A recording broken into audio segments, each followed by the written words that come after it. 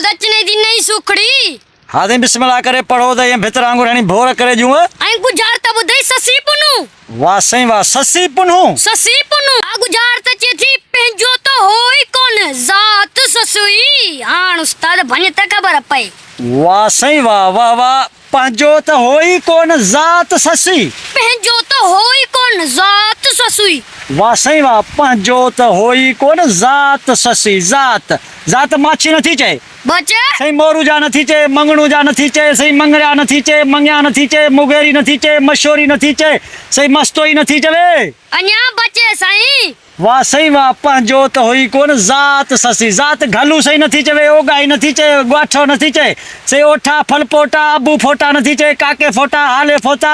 दर्श नथी चवे दर्श खरल खोखर डेथा नथी चवे बचे साईं अन्या बचे वा सही वा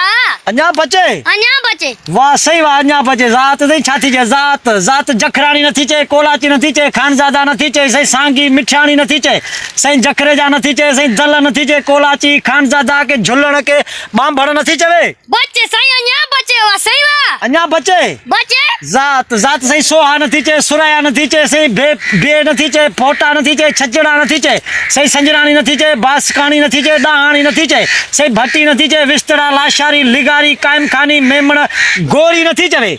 बचे साईं अञा बचे वाह सही वाह पंहिंजो त होई कोन जात ससी जात सही वाणिया नथी चवे बचे सही राहू नथी चवे सही आराई नथी चए मलोखाणी नथी चवे अन्या बचे सही धारे जा नथी चए आरे जा नथी चए भंगवार नथी चवे सेठार वाढा नथी चए वढू नथी चए कान्या नथी चवे अन्या बचे वन्य भणा वाह सही वाह जात ससी अञा बचे जातिया छजड़ा नथी चए जोगी नथी चए शर नथी चए अन्या बचे सही बेपर नथी चए सही दल नथी चए सही सखीराणी हाजणा वहरिया नथी चए बचे साईं सही कालरू नथी चवे सही संजराणी सरवाण सही बाला नथी चवे बचे साईं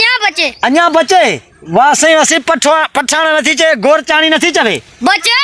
सही मज़ारी नथी चवे सही बूबक नथी चवे सही बलोच नथी चवे बचे साईं अन्या बचे वन्य भणा पंहिंजो त होई कोन जात ससी जात सही छा थी चवे जात जातिया सही छमर नथी चवे सही छछर नथी चवे खट्टी भुर्ट नथी चवे बचे साईं वन्य भणा जातिया सही थरी नथी चवे सही रोकर बेकर चांग नथी चवे अन्या बचे साईं सही सही छा थी चवे कच्छी नथी चवे कलेरी नथी चवे सही डोंगी नथी चवे डोम भण गोरंगा नथी चवे सही करूंगा नथी चवे बचे साईं अन्या बचे सही मोटा नथी चवे सही तेरे कहाण गुजार त भगी दी जात मोटा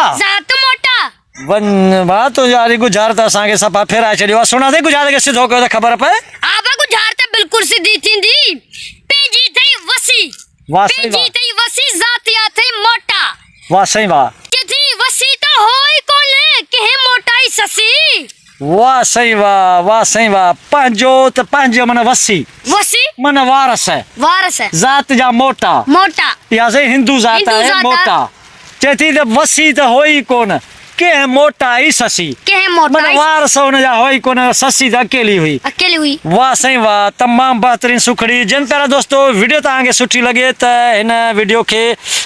गुजारत के लाइक कमेंट ऐं पंहिंजी कमेंट में राय लाज़मी ॾींदा पोइ दोस्तों हाणे मोकिलाणी कान्हे सिंध सलामत साथ सलामत साथ सलामत।